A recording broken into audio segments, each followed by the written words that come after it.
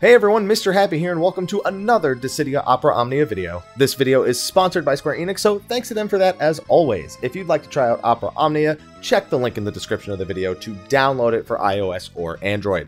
There's also several other videos in the playlist that's down there if you want to get a little bit more familiar after watching this video. This video is going to be covering the latest character event for Final Fantasy V's Lenna. As a character, she is a ranged breaker capable of supporting the team at the same time. When she uses her skills enough times, she masters them, empowering them similar to how Bart's works. Her first skill is Rapid Fire, which at base is a 9-hit range skill.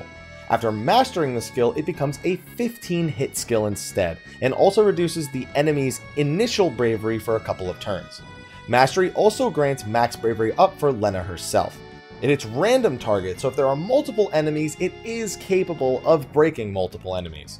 However, a skill like this is far more impactful when all of the hits are focused on one target, like a boss. This is amplified by the fact that the severity of the initial bravery debuff is increased based on the number of hits Lenna deals to the affected target. Her Winddrake's arrow boosts her bravery when she uses it before executing an HP attack. It also grants Lenna Winddrake's Ward, which provides evasion against status effects and heals her at the start of each of her turns. This will also heal allies when combined with one of her crystal strength traits, so this greatly enhances her supportive skill, especially when we talk about her 35 CP. Of course, with a character event comes a character banner. As I've stated in several of the previous videos, banner pulls right now are ill-advised, as the maximum level for some characters will likely start raising soon. If you do wish to pull from the Lenna banner though, it does contain Ramza, who is a solid battery support with his 15 and 35 CP weapons, also having decent bravery shaving with his basic attacks when he's under his own shout effect. King is also a middle-of-the-pack character, though his 15 and 35 CPs combined do allow him to massively bravery shave and HP attack enemies weak to ranged hits. Lenna's 15 and 35 CP enhance the rate she masters her skills, making them faster, while also greatly improving their efficiency overall. For Rapid Fire, it will enhance the actual bravery damage that it deals, but it will also increase the length of the buffs and debuffs that come from its mastered effects. Her 35 CP extends Winddrake's Ward to her allies, allowing them to benefit from its personal effects. This includes the healing and, more importantly, the status evasion that comes with it. This not only enhances Lenna's overall healing, but because of the nature of her 35 CP, also turns her into a sort of battery for her teammates, since the initial bravery boost of Winddrake's arrow will also be given to allies with the 35 CP. That being said, even with all these effects, she is not one of the more popular characters. She's really good in her specific event, but it's not a character that I would otherwise invest in if you're not trying to get through this in the immediate future. Especially, again, Awakenings, whenever they might be coming, should be soon, but I really want to save for those. Her event itself is one of the most frustrating ones so far for me. The primary boss for the 20 difficulty and up is the Savage Drake. This monster has a large health pool, especially on higher difficulties, and comes stacked with plenty of ways to ruin your plans. His most basic attack is Bio and all of its different variants based on what level he is, so Poison is an instant threat you don't want to deal with.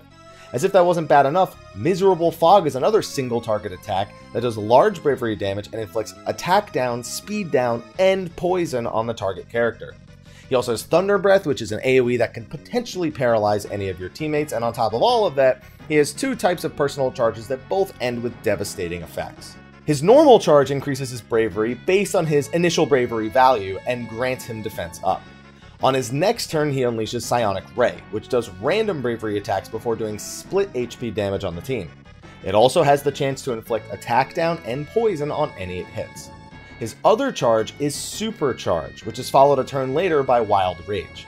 It's identical to Psionic Ray in almost every way, but it has less bravery attacks that hit harder. Between the constant debuffs, large health pool, AoE team damage, and his own personal defense buff whenever he charges, Savage Drake can be one of the most frustrating, if not the most frustrating single boss, even outside of the EX difficulty. Of course, the Savage Drake is designed to be countered primarily by Lenna. She can reduce his initial bravery with the mastered Rapid Fire, and her Winddrake's Ward provides much needed resistance or evasion against his various status ailments. On multiplayer or any non-EX single players though, Yuna with her 15 CP can be enough to counter the debuffs, and stronger bravery shavers can be used to deal with charge and Savage Drake's general output. Of course, King and Ramza are great here as affinity characters, both with the amount of bravery shaving they can do, plus the amount of battery support they can provide in the case of Ramza. Ferris is actually a great pick here as well if you have her geared out from a long time ago, as the debuffs on her Mastered Cannon Fire help a lot with controlling the Drake, and she has access to a water-based skill as well. For multiplayer summons, be sure to bring Sylph for her fast charge rate and resistance to status ailments. For the EX difficulty, it took me a long time, and in fact that's why this video has taken to almost a week after the event actually came out. But I eventually found success with Ferris, Ramza, and Lenna, although the footage I have here is of an unsuccessful kill, as I got this one when I wasn't recording.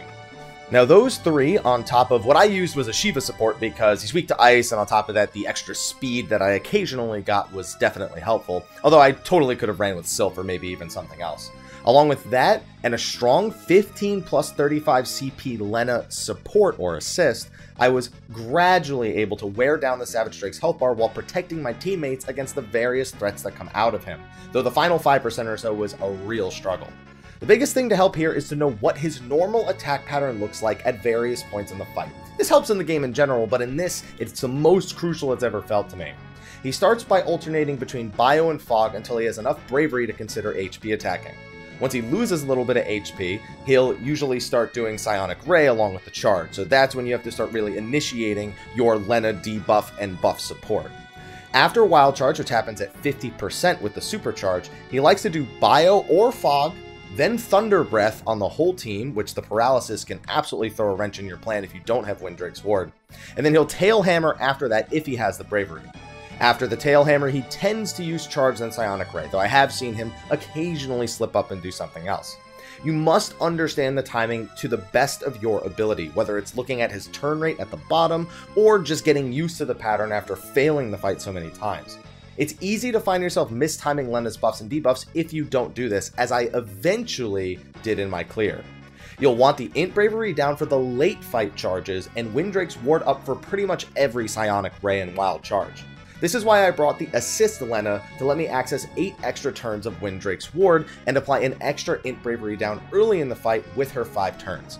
It's perfectly okay to just eat a buffed charge as long as everyone on your team has a lot of health, in favor of saving it for a more crucial moment later in the fight. So early on, don't feel like you have to actually apply it to every single one, though you will want to master Rapid Fire early with Lenna overall. You don't want to burn her Windrake's Wards, mastering that on purpose though, so again, try to use the Assist first. This EX with this strategy absolutely requires the 15 and 35 CP weapons for all the characters you're using. So if you have another strategy, if you have another character that has the stuff and you have a strategy that worked for you, please post it in the comment section because this was a hell of a fight to figure out. And that's a wrap for this video. Sorry it took so long, and thank you to Square Enix for their patience, because I would have loved to have had this video posted last week, but I just could take a couple of hours a day just to look at the fight, and eventually landed on that Ferris strat, which seems to work well, but you gotta have her geared up, otherwise it's not really going to be much in your wheelhouse. Makes me wish I'd actually pulled the Hunter, but luckily, she's actually part of the weekly draw when I'm making this video, so if you don't have her 15 or 35 CP, and again, you're somehow so impatient that you can't wait for Awakenings and you really want to pull from something, it's half off on the first draw, and then after that, if you do get her 15 under 35, this will help immensely with this event while it's around. But again, thank you for watching. Thank you again to Square Enix for sponsoring. Be sure to check the download link in the description if you want to try it out for iOS and Android. Be sure to like, favorite, subscribe, and share, and stay tuned. We will have more Opera Omnia videos coming up. Until next time, take care.